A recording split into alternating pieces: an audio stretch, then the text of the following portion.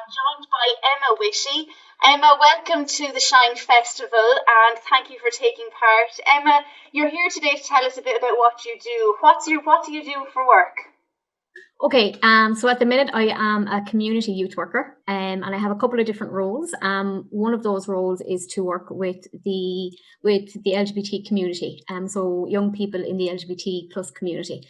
My other role is a detached youth work piece. So we go out and we meet young people on the streets where they're at, that for whatever reason don't engage in any services. So our role would be to do our youth work basically on the streets. A big part of my role, like I said, is to work with young LGBT plus people across the whole of County Wexford. And we do that through a number of methods. So at the moment, as with most things, it is online. What we do stays the same and how we're doing it is quite different. But we still provide 2 LGBT specific youth projects, one in Wexford town and one in Enniscorthy. So on a Wednesday, we have our LGBT plus youth group from Enniscorthy, and that is called our Solidarity Group. So the young people created that name themselves. And on Thursday, we have the Wexford LGBT plus youth group as well. So 2 hours each on each project. And it's basically a safe and welcoming and safe, supportive environment. It's very inclusive for all LGBT young people from the ages of 14 up to 24. It's a space for other LGBT young people to meet people who are on similar paths or similar journeys to themselves. It's a space for every young person to come and express who they are, to talk about their sexual orientation or their gender identity, or to not. They can just easily just come into the space and be around people who are like themselves. Some of the time, like often actually, the weekly space, the group, sometimes is the only space for young people to come and be who they really are, for a number of reasons. It could be the fact that they haven't come out yet, or they're thinking about coming out, or they're not sure what they identify as in terms of their sexual orientation or gender identity. And they may not feel safe coming out at home, or they may not feel safe coming out to their friends. So it's just a safe space. It's confidential, and you will never be outed. And it's a place to have fun as well, and to just chill and be yourself. Another big part of the work, I suppose, is one-to-one work. So young people can email me, text me, find me on the website, get in contact through the Facebook page or Instagram page, to organise a one-to-one session. And basically it's just an information session. It's a space for myself or another worker to get to know the young person, and for the young person to share what's going on for them. If they're not comfortable discussing it in a bigger group, or if they're not comfortable joining a bigger group yet. So often what will happen is we'll have a few one-to-one sessions. There could be different things going on for the young person. They could be thinking about coming out and they're not sure and they're really stressed about it. Or it could be the fact that they've come out and they're not overly comfortable with the response that they're getting, or that they're having trouble accepting it themselves. Oftentimes we have young people who experience internalized homophobia or internalized transphobia, based on the negative comments that they hear about the LGBT community. So they often feel homophobic or transphobic against themselves. So it's a space, I suppose, for a worker to know if there is extra support needed. So we will help the young person maybe avail of other services in the area. It could be a simple GP referral. It could be the option of counselling. And it's really about providing the information to the young people so they are empowered to make their own decisions. So that's basically what we do. And as well, I suppose, if you're not comfortable, it is quite daunting coming to a new group, an established group. And if you've other things going on in your life, it might create a little bit of anxiety for you. So the one-to-one space, when we can do it in person especially, it's a nice space to get to know the workers. It's a nice space to bring you down into the actual youth space that we have, so you're familiar with it. So yeah, that's what we do. A little bit of what we do. A very big bit of what you do. Emma, how did you get into something like this, like Youth Work Project? The way you've described it, it seems like it's a big, it's not just a support network, but it's a crutch for people. That people don't understand how much the mental health side of being LGBT and growing to understand it yourself can be quite heavy at times. How did you get into this? I actually had no idea that this was what I was going to do with my life. I left school. I got a very good leaving cert. I was a typical student who hadn't a clue what she wanted to do, and tried to get into one of the best colleges in the country just because that was what was expected. I felt pressure from society. So I applied to do German and Irish in Maynooth, got accepted, and booked my accommodation. And when I got there for the open day, something in my gut was telling me that it wasn't for me. So what I did was I cancelled my place, and I did nothing for a whole year. I didn't know what I wanted to do. I was feeling the pressure of following my friends and getting into college. But I also had to listen to my gut, and something wasn't right, and I felt that it wasn't for me. So I took the full year out to just be myself, to not be in school, to not feel stress and not feel the pressure. And it was the best thing I ever did. I ended up going to an open day in IT Carlow Wexford campus and stumbling upon a social care course and listening to the lecturers and the students speaking about it. I was like, this is for me. I'm going to give this a go. So it was a 4-year degree. I completed that. And even at that stage, youth work wasn't on my path. It wasn't something I had ever thought about. And it came around to my second placement. So we had to complete 400 hours of placement in our second year. And I wanted to come out of my comfort zone. I wanted to experience something that I'd never done before. And I did my placement, my student placement in FDYS, and I have never looked back. It was just everything. When I joined the team as a student, it was just where I wanted to be. It was where I wanted to work. And I had set up the first ever LGBT society in IT Carlow Wexford campus. So it was kind of like there was a gap there. Setting up that group showed me how valuable a safe and supportive space can help people who are out or not out, and the impact that had on their mental health and their well-being and feeling part of the college community. So I applied for a part-time position after college, and I got the Detached Youth Worker job, and I was really happy. And then the LGBT role was advertised, and it's a part-time role. I applied for that and I got it, and I was really, really happy. I think all the stress and the wonder and the questioning over what I wanted to do with my life was worth it. I didn't jump into college. I didn't jump into what everybody else was doing. And now I'm here in my absolute dream job that I didn't even know was a dream at the time.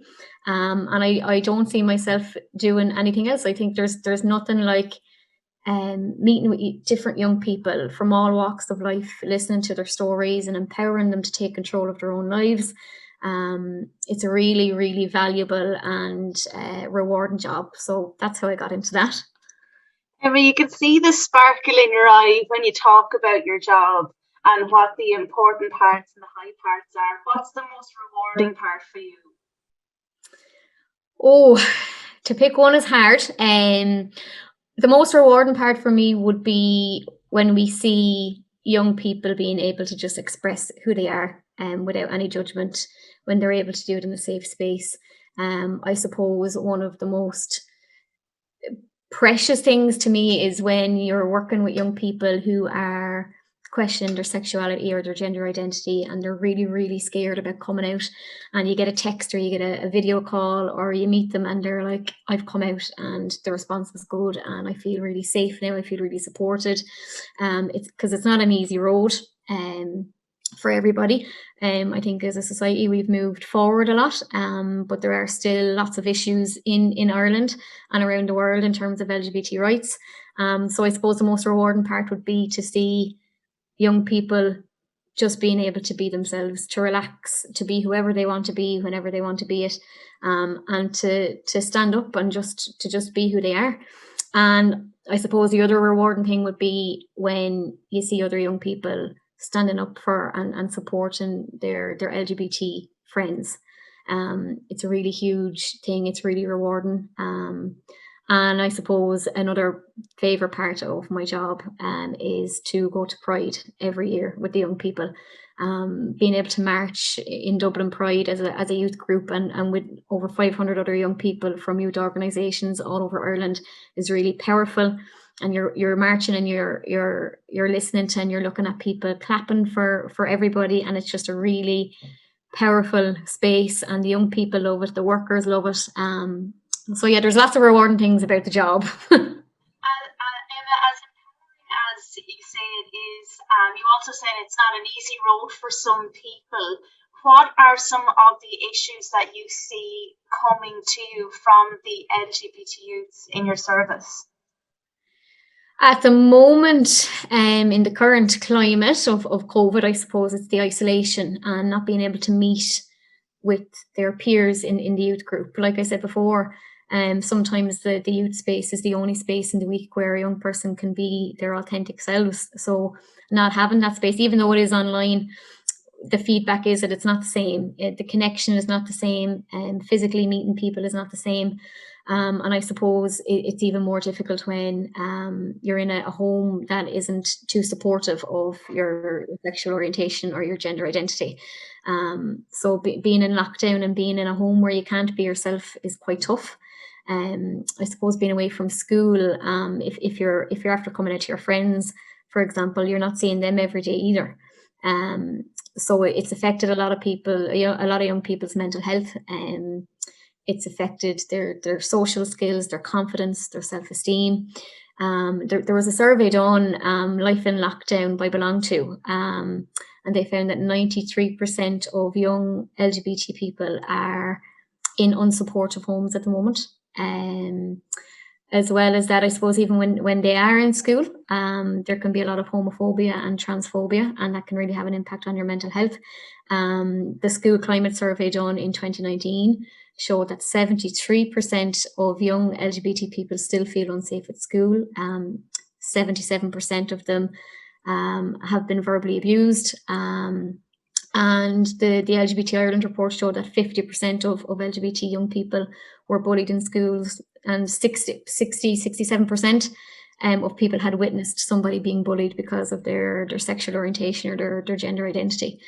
So like in the long run, it impacts on their mental health. If you're listening to comments every day, if you're not accepted for who you are, and if you can't express who you are, it impacts on your mental health and your self-esteem and your self-worth. And it can really cause a lot of long-term issues for people if they don't reach out to get help.